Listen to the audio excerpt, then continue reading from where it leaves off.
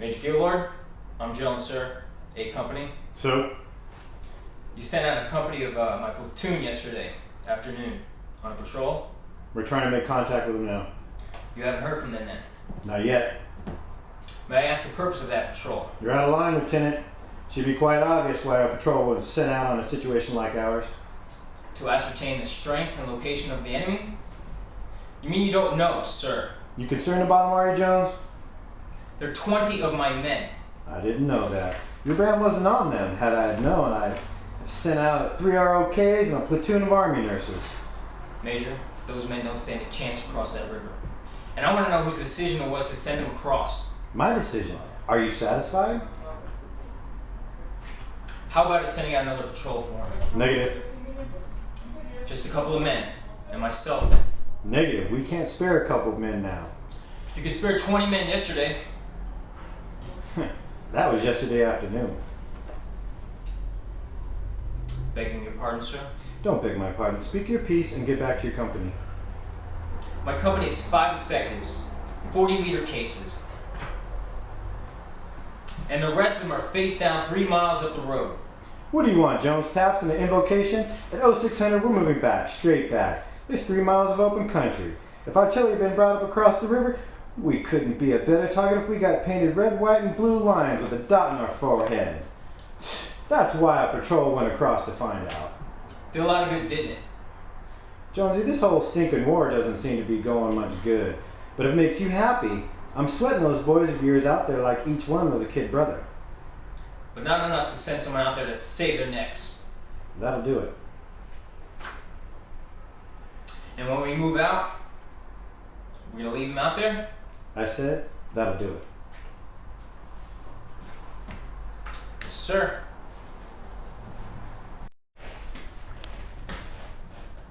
Hi, my name is Ray Stefanelli.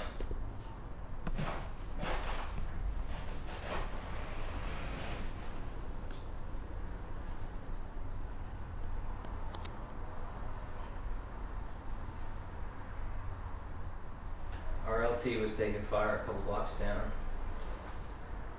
And so I made a decision to move up this alleyway where we can get into this Haji market where I knew had roof access. You know, and sniper fire was coming down on us from everywhere, just pop, pop, pop, pop, pop. And we're all scrambling to try to get some cover when an IED goes off. You know, just blows us back. And we're all, but I can see Timmerman is still standing, and he's got this flap coming off the side of his head, and when he turns around, I can see that it's his. I can see this the side of his face. You know, 2 of my guys behind us are hit, and I'm yelling at him, you know, get out of the road, but they're screaming so loud that they can't hear me. So as I take off, and I pick one of them up. He was, I don't know, 3rd month, 4th month, 18, 19. Pull the other one with my free hand, grab us and move us behind these truck tires. And we're all trying to, catch our breath and trying to radio the bird. When I see Derek just bleeding out in the middle of the street.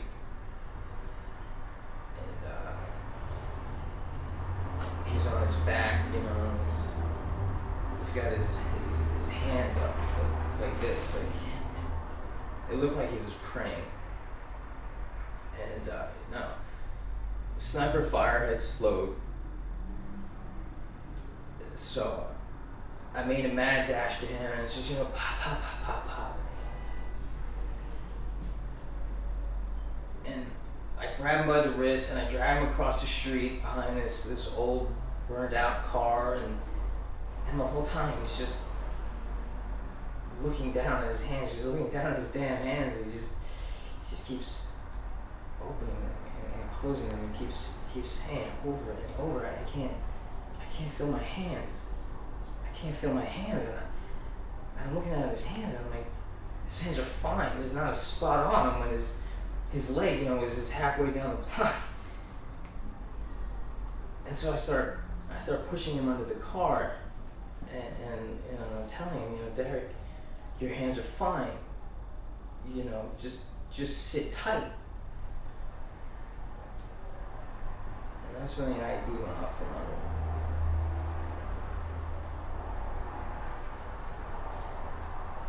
I actually had pieces of him blasted right into me. It was like flesh shrapnel.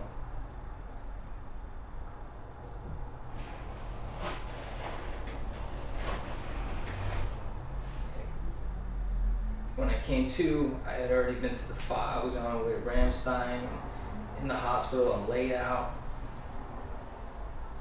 Some guy comes in. I can't see very well, and he puts he drops this little ribbon on my bare chest, and he says to me, son, you're a hero.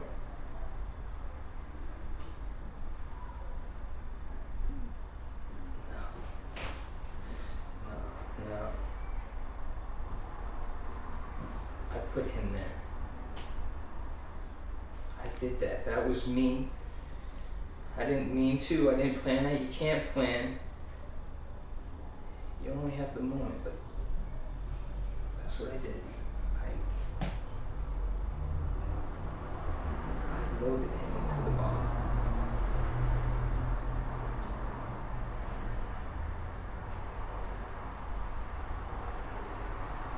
That's not a hero in my book.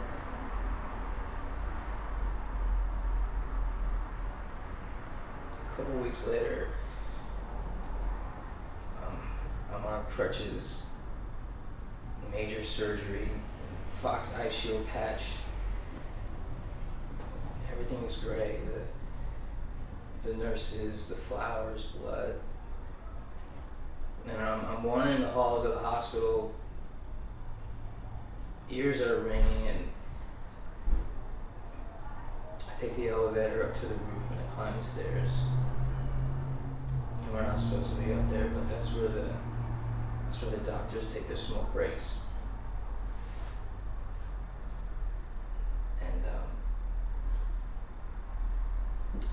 I'm standing out on the edge, and it was dark. It was cold. I felt calm.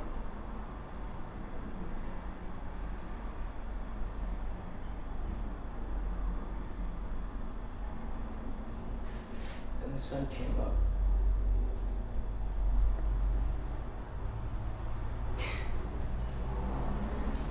The sun came up. And I didn't feel like